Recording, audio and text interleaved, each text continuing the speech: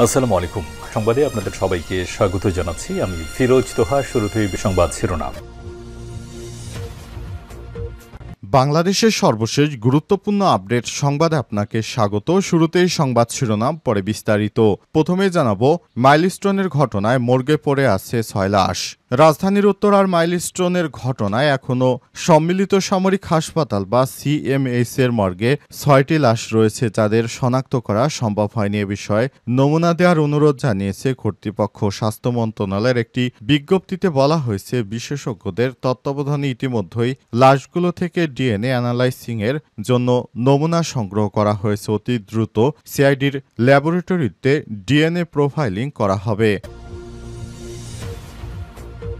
এরপর জানাবো, রাজধানীর মাইলস্টোনে ৯ ঘণ্টা অবরুদ্ধ, কারণ জানালেন প্রধান উপদেষ্টার প্রেস সচিব Shafiqul Alam. Milestone school and কলেজে পরিদর্শনে গিয়ে অবরুদ্ধ থাকার কারণ জানিয়েছেন শফিকুল আলম। আজ নিজের ভেরিফাইড আইডিতে দেখ পোস্টে, মঙ্গলবার আমরা ৯ ঘণ্টা ধরে স্কুলে অবরুদ্ধ ছিলাম, চাইলে তার আগেও চলে আসতে পারতাম, কিন্তু উপদেষ্টারা সংকট সমাধান শান্তিপূর্ণ পন্থা অবলম্বন করতে দৃঢ় প্রতিজ্ঞ ছিলেন। এদিকে হাসনাত সার্জিসের ভিডিও বার্তা, আজ চাঁদপুরে কালো পতাকা নিয়ে শোক মিছিল করবে এনসিপি। দেশ গড়তে জুলাই পদযাত্রা কর্মসূচির অংশ হিসেবে আজ চাঁদপুরে কালো পতাকা নিয়ে শোক মিছিল করবে জাতীয় নাগরিক পার্টি এনসিপি।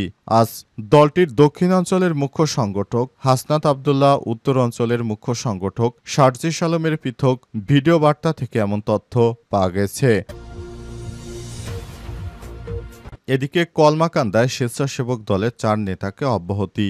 নেত্রকোনার কলমাকান্দা উপজেলায় স্বেচ্ছাসেবক দলের ৪ নেতাকে সংগঠনের পদ থেকে অব্যাহতি দেওয়া হয়েছে। জানা গেছে তারা চাঁদাবাজির সঙ্গে যুক্ত ছিলেন। অব্যাহতি প্রাপ্তরা হলেন নাজিরপুর ইউনিয়ন স্বেচ্ছাসেবক দলের যুগ্ম আহ্বায়ক খোকন মিয়া, রাংসাতি ইউনিয়ন স্বেচ্ছাসেবক দলের সদস্য হাবলু মিয়া, উপজেলা স্বেচ্ছাসেবক দলের সদস্য মোহাম্মদ মোশারেফ আকন্দ ও নাজিরপুর ইউনিয়ন স্বেচ্ছাসেবক দলের সদস্য মোহাম্মদ রুবেল মিয়া। এবং সর্বশেষ জানাবো, বরখাস্ত করা হচ্ছে শ্রীলঙ্কার পুলিশ প্রধানকে। শ্রীলঙ্কার পুলিশ প্রধান দেশবান্দু টেন্নাকুনকে বরখাস্ত করতে যাচ্ছে দেশটির সরকার। একটি অপরাধমূলক নেটওয়ার্কের নেতৃত্ব দেওয়ার জন্য দোষী সাব্যস্ত হওয়ার পর তাকে বরখাস্তের সিদ্ধান্ত নেওয়া হয়েছে। বিষয়টি নিশ্চিত করেছে দেশটির সংসদের স্পিকার। প্রিয় দর্শক, এতক্ষণ শুনছিলেন সংবাদ শিরোনাম, এবারে বিস্তারিত। তবে তার আগে বন্ধুরা, অনুরোধ থাকবে এই সংবাদটিতে একটি লাইক দিন। এই চ্যানেলে আপনি নতুন হয়ে থাকলে আমাদের সংবাদটি দেখতে দেখতে চ্যানেলটি সাবস্ক্রাইব করে রাখুন। কমেন্ট করে বন্ধুরা আপনার মূল্যবান মতামত জানিয়ে দিন আপনি বিশ্বের কোন দেশ থেকে বা বাংলাদেশের কোন স্থান থেকে আমাদের সংবাদটি দেখছেন এবং শুনছেন। আর বন্ধুরা, এই সংবাদটি আপনার সোশ্যাল মিডিয়া ফেসবুকে শেয়ার করে বন্ধুদেরও দেখার সুযোগ করে দিন। এবারে বিস্তারিত। রাজধানীর মাইলস্টোনের ঘটনায় মর্গে পড়ে আছে ৬ লাশ।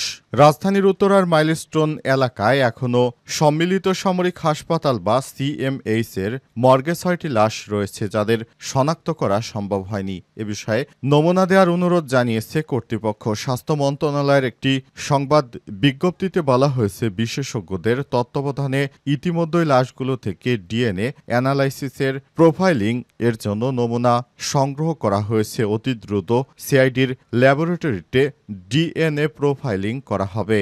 যেসব পরিবারের সন্তান বা সদস্য ওই ঘটনায় নিখোঁজ রয়েছে, তাদের মালিবাগের সিআইডি ভবনে গিয়ে ডিএনএ ম্যাচিংয়ের উদ্দেশ্যে নমুনা দেওয়ার জন্য অনুরোধ জানানো হয়েছে।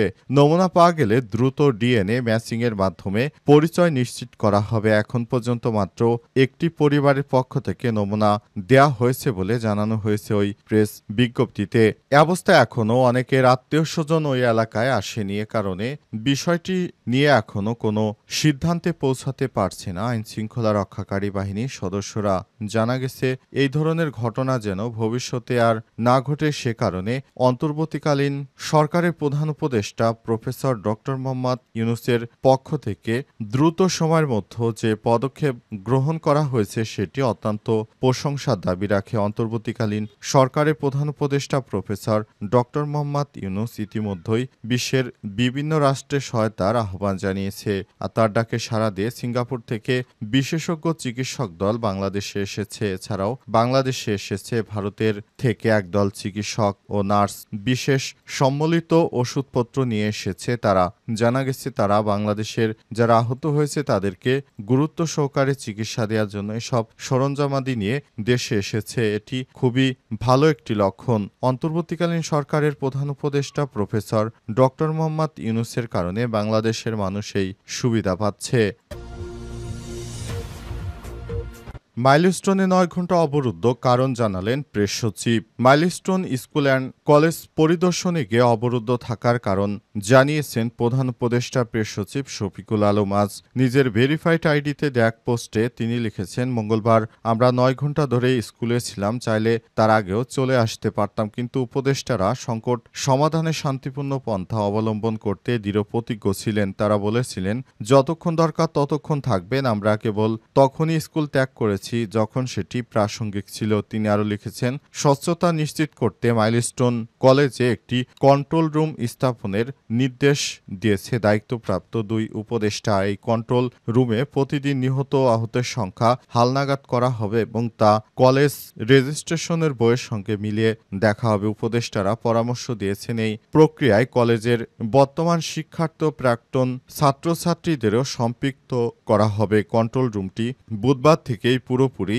চালু হওয়ার কথা রয়েছে। শফিকুল আলম লিখেছেন, মঙ্গলবার আপনাদের প্রার্থনা ও সহানুভূতির জন্য ধন্যবাদ জানাচ্ছি। আমরা মাইলস্টোন কলেজ পরিদর্শন করেছি। আমরা শোকাহত পরিবারের সঙ্গে দেখা করতে এবং সেসব শিক্ষার্থী ও শিক্ষকদের সঙ্গে কথা বলতে যারা এখনো এই মর্মান্তিক ঘটনার ধাক্কা সামলে উঠতে পারেনি। পুরো পরিবেশ ছিল শোক ও ক্ষোভে ভারাক্রান্ত। অনেক শিক্ষার্থী নিজের চোখে দেখা ঘটনার বর্ণনা দিয়েছেন এবং মৃত্যুর প্রকৃত সংখ্যা নিয়ে বিভিন্ন তথ্যভ্রান্তির বিষয়ে উদ্বেগ প্রকাশ করেছেন। তিনি লেখেন, 2002 থেকে 2024 সাল পর্যন্ত আমি অসংখ্য বড় দুর্ঘটনা সংবাদ কভার করেছি। সেই অভিজ্ঞতা থেকে বলতে পারি বাংলাদেশের প্রাণহানির প্রকৃত সংখ্যা গোপন রাখা প্রায় অসম্ভব। সাধারণত দুর্ঘটনার পরপরই পরিবারগুলোর প্রিয়জনকে নিখোঁজ হিসেবে জানায়, কিন্তু সময়ের সঙ্গে সঙ্গে হাসপাতাল ও প্রশাসনিক সূত্র থেকে তথ্য সংগ্রহের মাধ্যমে অধিকাংশ ক্ষেত্রেই নিখোঁজ অবস্থান শনাক্ত করা যায়। ঘটনাতেও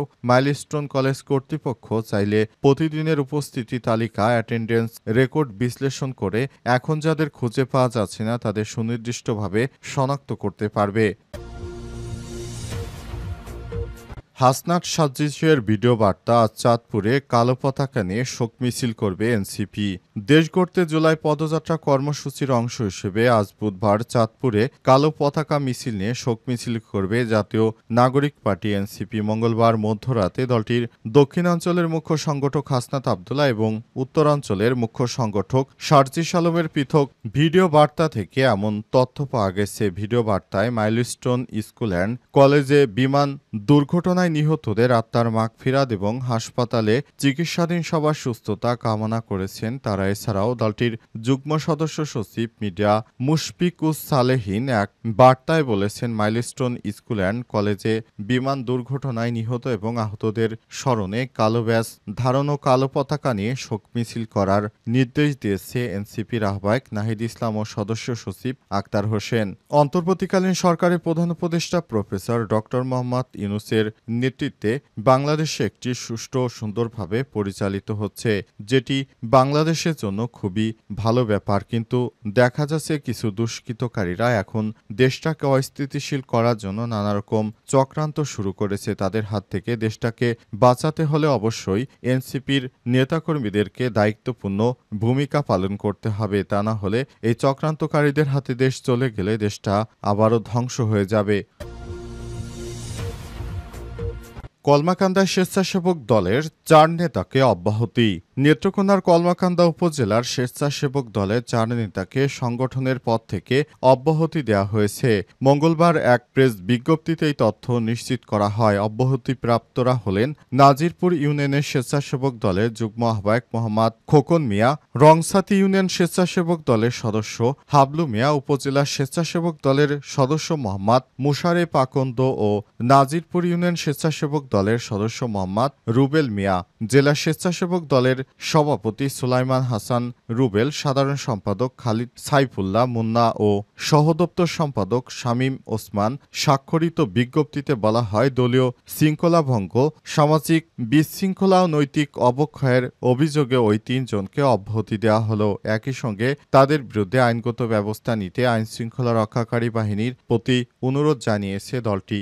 অন্তর্বর্তীকালীন সরকারের প্রধান উপদেষ্টা প্রফেসর ডক্টর মোহাম্মদ ইউনূসের নেতৃত্বে দেশটা সুষ্ঠুভাবে চলছিল, তবে কিছু চাঁদাবাজ নেতাকর্মীরা দেশটাকে অস্থিতিশীল করতে ষড়যন্ত্র শুরু করেছে। তাদের বিরুদ্ধে এবার সরকার অ্যাকশনে যেতে শুরু করেছে। ভবিষ্যতে যেন তারা আর চাঁদাবাজি ও মানুষকে কোনোভাবে আর এই ধরনের কর্মকাণ্ডের মধ্যে নিয়ে যেতে না পারে, এই কারণে অন্তর্বর্তীকালীন সরকারের প্রধান উপদেষ্টা পুরোপুরি সক্রিয় অবস্থানে রয়েছেন।